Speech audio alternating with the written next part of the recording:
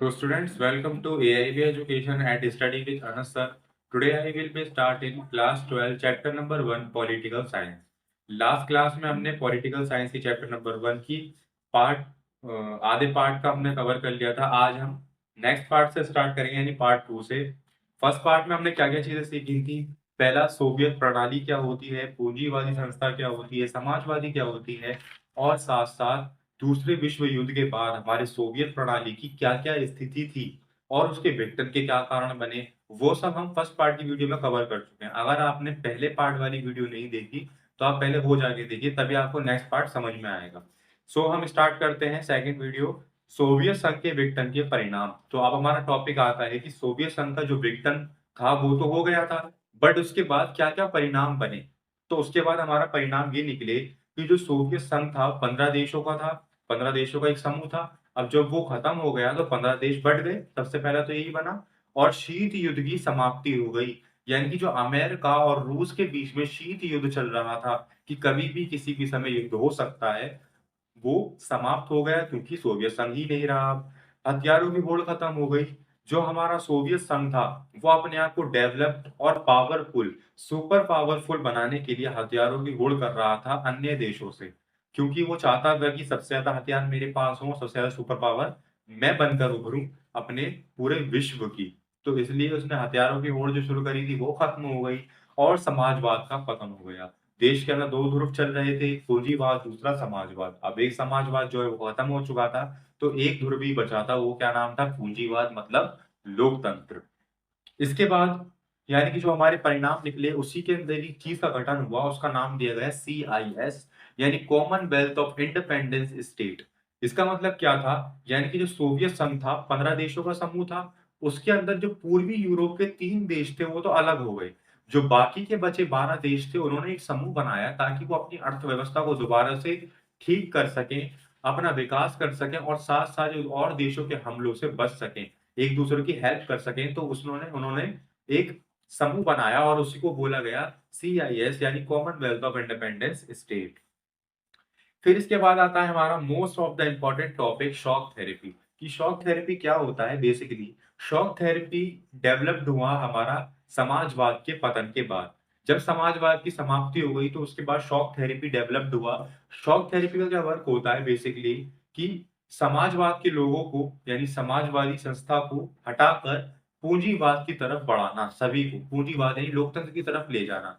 अब उसमें क्या पैसा ही खर्च होता है, बेसिकली किसी को अपने आप में कन्वर्ट करोगे तो पैसा ही खर्च होगा। तो इसको कौन निर्देश कर रहा था, बेसिकली विश्व बैंक और राज्य मुद्रा कोष। इसके निर्देशक थे जो कि शॉक थेरेपी को निर्देश कर रहे थे। शॉक थेरेपी का बेसिकली यही मकसद था कि अ, समाजवाद से उठाकर पूंजीवाद की तरफ ले जाना और सभी का विकास करना। बट जो इसके परिणाम निकल कर आए वो बिल्कुल ही उल्टे थे। यानी कि जो इसका कार्य था कि इस विकास की तरफ ले जाना, विकास की जगह इसने क्या कर दिया, गरीबों को और ही ज्यादा गरीब कर दिया। इसके जो परिणाम निकले, जो गरीब और गरीबी को झेल रहे थे, साथ साथ यानी कि जो हथियारों की होड़ शुरू हो रखी थी हमारे रूस के अंदर, उससे अर्थव्यवस्था बिल्कुल खराब हो चुकी थी, तो गरीब और गरीब होते जा रहे थे। बट शॉक थेरेपी ने उनको और ही ज्यादा परेशानी में डाल दिया। शॉक थेरेपी के अंदर 90% उद्योग को, सरकारी उद्योग को बेच दिया गया। यानी कि उसका मकसद था कि समाजवाद से लेकर पूंजीवाद की तरफ ले जाना। बट क्या हुआ, उसने यही चीज को पूरी इसको ही पूरा करने के लिए क्या करा, उसने सोचा कि कुछ सरकारी उद्योगों पर निजी लोगों का भी आधार होना चाहिए ताकि वो बिजनेस कर सके और आगे बढ़ सके। तो उन्होंने क्या किया, कुछ कूपन बांटे गए, कूपन बांटे ताकि सभी लोग पार्टिसिपेट करके और उनको खरीद सके सरकारी उद्योगों को। तो इसमें कोई भी भेदभाव नहीं किया गया, सबको इक्वली ही कूपन बांटे, चाहे वो अमीर हो चाहे वो गरीब हो। तो जैसा कि मैंने बताया, वहां के लोग काफी गरीबी को झेल रहे थे, काफी परेशानियों को झेल रहे थे, तो वो क्या ही कंपनियां और फैक्ट्रियां खरीदते। तो इस सिचुएशन का फायदा किसने उठाया, अमीर लोगों ने। अमीर लोगों ने क्या किया, उनकी जो कूपन थे वो भी खरीद लिए और खुद को जो कूपन मिले हुए थे वो तो थे ही उनके पास। फिर उसके बाद उन्होंने पार्टिसिपेट किया उस सेल के अंदर, और इस सेल को इतिहास की सबसे बड़ी गेराज सेल बोला गया, क्योंकि जो सरकारी उद्योग थे उनको औने-पौने दामों में बेच दिया गया। यानी कि जो करोड़ का माल था उसको हजार में लाखों में बेच दिया और लाखों का हजारों के अंदर। तो इसी को सबसे बड़ी गैराज सेल बोला गया। और इस गैराज सेल के बाद क्या हुआ, हमारे सोवियत संघ के अंदर जो रूस की मुद्रा थी रूबल, उसके अंदर भारी गिरावट आ गई, रूस की अर्थव्यवस्था बिल्कुल खराब हो गई और जो रूस की संस्थाएँ थी, जो अपने नागरिकों को अच्छी से अच्छी तरीके से सुविधाएँ प्रोवाइड कर रही थी, उसको क्या बोला गया, उनकी भी समाप्ति हो गई। जैसे कि समाप्ति का मतलब रूस की संस्था थी कि अपने नागरिकों को अच्छी से अच्छी ज़रूरतें मुहैया करवाना, जैसे कि उनकी स्वास्थ्य से रिलेटेड, उनकी शिक्षा से रिलेटेड, उनके जीवन यापन, उनके कार्य। रूस सोवियत संघ के अंदर कोई भी बेरोज़गार नहीं था, तो बेरोज़गार क्यों नहीं था? सरकार की वजह से ही नहीं था, सभी ने सरकार को काम दे रखा था और सरकार ने सभी को काम दे रखा था।